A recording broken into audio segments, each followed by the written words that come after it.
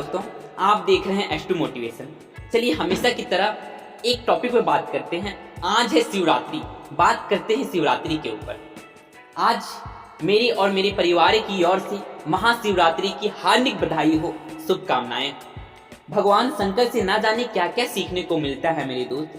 यदि उनके चरित्र के बारे में उनसे आकलन करें तो बहुत कुछ सीख सकते हैं। अपने लाइफ के बारे में कैसे जीना है, कैसे जिया जाता है, उनसे सीख सकते हैं मेरे दोस्त। चलिए हमेशा की तरह उनके चरित्र, उनकी आकलन की बात करते हैं, उनके व्यक्तित्व की बात करते हैं। अगर आप भगवान शंकर के चरित्र, भगवान शंकर के व्यक्तित्व की आकलन करें तो आप ऐसी ऐसी चीजें सीख सकते हैं जो कहीं और ना मिले सीखने के लिए।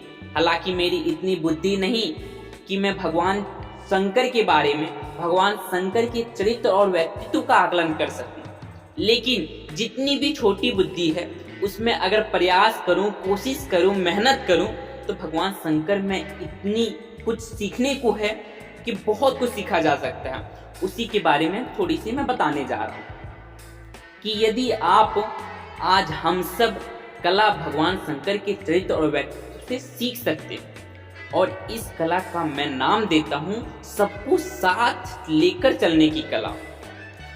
दोस्तों, आज महाशिवरात्रि के महापर्व पर अगर आप और मैं भगवान शंकर से ये कला सीख सके तो जीवन बहुत खुशहाल, जबरदस्त हो सकता है। सबको साथ लेकर चलने की कला। जी हाँ, हम सब के आसपास में विभिन्न प्रकार के लोग रहते हैं जिनकी सोच, जिनकी विचार, रहन सहन अलग अलग होने के कारण हम सब में तालमेल नहीं मिल पाती है, जिसके कारण हम लोगों के बीच टकराव होते रहता है, हम लोगों के बीच बनती नहीं है, तालमेल नहीं बैठती है। तो कैसे हम सब लोगों को साथ लेकर चला जाए, तो कैसे हम सब यह लोगों को साथ लेकर चला जाए, ये चीज हम सब सीख सकते हैं भगवान शंकर से। दोस्तों, अगर आप भगवान शंकर के व्यक्तित्व का आकलन करें तो ऊपर से नीचे तक हर जगह अलग अलग चित्र देखे होंगे आप। इसी प्रकार मैं भगवान शंकर के चरित्र और व्यक्तित्व के बारे में अपनी छोटी बुद्धि के द्वारा आकलन करके आप सबको बताने जा रहा हूँ। कृपया ध्यान से सुने, मन लगा के सुने मेरे दोस्त। दोस्तों, भगवान शंकर ऐसी विचित्रता समेटे हुए हैं कि दूसरे भगवान के लिए असंभव सा लगता है, असंभव लगता है।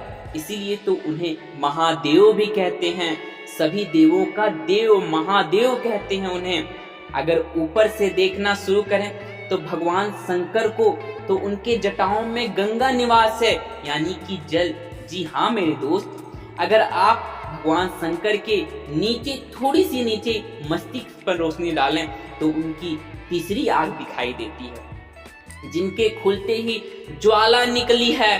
जी हाँ मेरे दोस्त, कहते हैं कि जल और ज्वाला साथ साथ, ये असंभव सा लगता है, लेकिन भगवान शंकर को देखें, उनके जटाओं में गंगा, और सर पे जो तीसरी आंख है उनको खुलते ही ज्वाला निकली हुई है। अगर भगवान शंकर के व्यक्तित्व और नजदीक से जाके देखें तो उनकी जटाओं में चंद्रमा है, और चंद्रमा में पाया जाता है अमृत। दोस्तों, चंद्रमा में क्या पाया जाता है? अमृत। और थोड़ा सा नीचे देखें तो भगवान शंकर के कंठ में है विष, यानी कि जहर। दोस्तों, आप चौंक गए होंगे कि अमृत और विष साथ साथ ये कैसे हो सकता है, असंभव। लेकिन फिर भी है मेरे दोस्त, विष और अमृत साथ साथ हैं। यदि आप पाएंगे कि जल ज्वाला साथ साथ, अमृत विश्व साथ साथ, असंभव सा है, असंभव है, हो ही नहीं सकता, लेकिन है। और नजदीक जाएं तो पाएंगे भगवान शंकर के गले में सांप, जबकि भगवान शंकर के एक पुत्र हैं जिनका नाम गणेश जी है।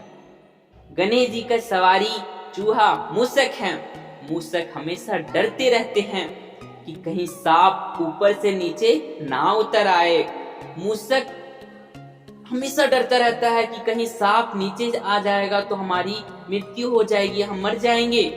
मूषक और सांप साथ साथ, जल ज्वाला साथ साथ, अमृत जहर साथ साथ असंभव है लेकिन साथ साथ है मेरे दोस्त। भगवान शंकर के वाहन का नाम बैल है और दूसरी ओर पार्वती की सवारी शेरनी है। दोनों साथ साथ रहना असंभव है। कि आप कभी देखे हैं दोस्त कि बैल और शेर साथ साथ असंभव है, हो ही नहीं सकता। लेकिन भगवान शंकर के ऊपर ध्यान दें, भगवान शंकर को केंद्रित करें, ध्यान से देखें कि बैल शंकर भगवान की सवारी है और पार्वती की सवारी शेरनी है, लेकिन दोनों साथ साथ हैं। जी हाँ, लेकिन एक दूसरे को खाने वाली चीजें साथ साथ, ये कैसे असंभव है? एकदम मुश्किल सा लगता है। लेकिन भगवान शंकर के पर ध्यान दें, एकदम साथ साथ हैं। भगवान शंकर अपने शरीर पर लगाते हैं भाभूत, भगवान शंकर के आसपास रहते हैं भूत। भाभूत और भूत साथ साथ, ये कैसी बात है? कैसी बात है दोस्त? सब कुछ साथ साथ हैं, लेकिन भगवान शंकर को आज तक कभी भी आप लोग टेंशन में देखे हैं? कभी नहीं मेरे दोस्त। जब भगवान शंकर के पास एक तरफ देखो तो बहुत अच्छी चीजें हैं, दूसरी ओर बहुत बुरी चीजें हैं, लेकिन दोनों साथ साथ। आप कभी भी देखे हैं कि सांप और चूहे साथ साथ नहीं हो सकते, लेकिन भगवान शंकर पे ध्यान दें तो साथ साथ हैं, एकदम ही साथ हैं। वहीं भगवान शंकर कहते हैं कि यदि आप अच्छाई और बुराई को दोनों को अपने वश में रखते हो, अपने अंदर रखते हो, तो ये आपसे बाहर नहीं है, आपके हिसाब से ही चलेगी। इसलिए दोस्त, जब भगवान शंकर सब साथ में लेके चल सकते हैं, तो हम लोग भी सब कुछ साथ लेकर चलना चाहें तो चल सकते हैं, भगवान शंकर से सीख सकते हैं।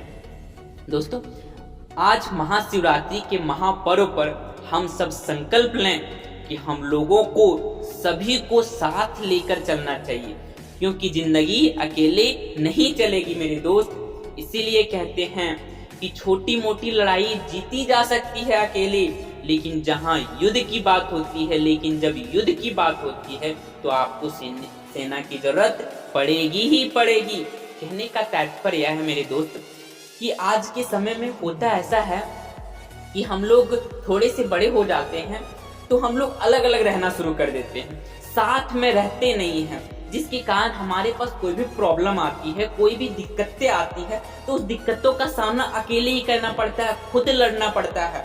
लेकिन जब हमारी फैमिली में जितने भी मेंबर हैं सब साथ में रहते हैं, तो वो दिक्कतें आती है तो दिक्कतें छूम मंतर भाग जाती है। ऐसा लगता है चुटकियों में दिक्कत परेशानियां खत्म हो गई। इसीलिए दोस्त, हमेशा मिलजुल कर रहें, हमेशा साथ में रहें, चाहे आपके दुश्मन हो, चाहे आपके दोस्त हो, चाहे जहर हो, चाहे अमृत हो, दोनों को साथ में रखें।